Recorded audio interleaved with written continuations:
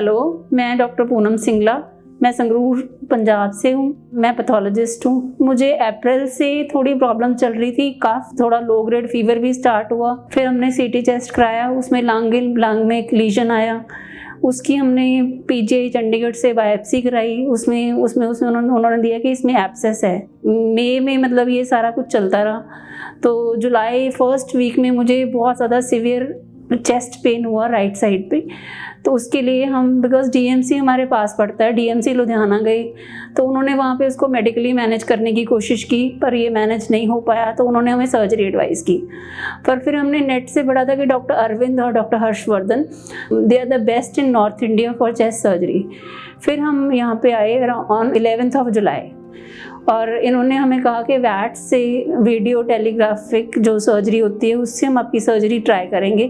But क्योंकि lower lobe lung की पूरी तरह से इन्वॉल्व हो चुकी थी, हो सकता है हमें ओपन करना पड़े। तो उसके बाद क्या हुआ, इन्होंने 2 दिन हमें रखा, थोड़ी एक्सरसाइजेस कराई, थोड़ा बिल्ड किया, और 13 जुलाई को इन्होंने मेरी सर्जरी की। डॉक्टर पूनम सिंगला के राइट लंग के लोअर हिस्से में पस का कलेक्शन था, बड़ा सा, जिसको एब्सेस कहते हैं, और वो फट गया था, जिससे वो पस उनके चेस्ट में भी आ गया था, जिसको हम एम्पाइमा कहते हैं।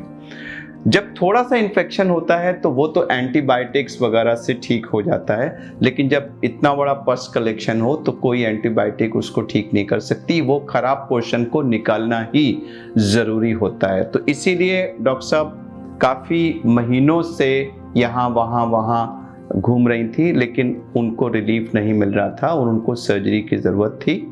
तो उसकी सर्जरी की, जिसमें वो ख़राब पोर्शन जिसमें एब्सेस था वो पार्ट यानी लोबेक्टमी किए गई, और साथ में जो चेस्ट में पस भरा हुआ था उसके लिए decortication. So it was lobectomy as well as decortication for empyema जो उनका किया गया, और उसके बाद ठीक रिकवरी हुई, और अब वो बहुत ही फ्यू वीक्स ऑफ सर्जरी के अंदर अपने वापस रूटीन में आ गई हैं। तो जो ये एब्सेस के पेशेंट्स होते हैं, इसमें एंटीबायोटिक्स इंडेफिनिटली कंटिन्यू करने से कभी भी प्रॉब्लम परमानेंटली नहीं सेटल होती। आप शायद उसको डेफर कर सकते हैं, लेकिन अल्टीमेटली इनका क्योर उस पस कंटेनिंग पार्ट को निकाल कर ही होता है, जिसके बाद बाकी लंग अगर नॉर्मल है तो पेशेंट अपनी नॉर्मल लाइफ में,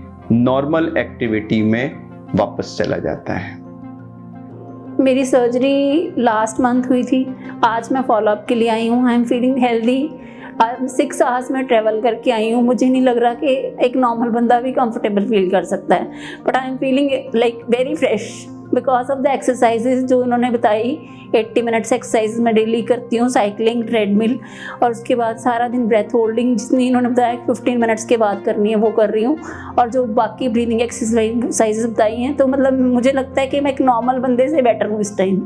and thanks to doctor Arvind sir and to doctor Harshvardhan sir and Medanta and their whole team. The whole team is like all our gems, starting from bottom till the upper end. Thank you.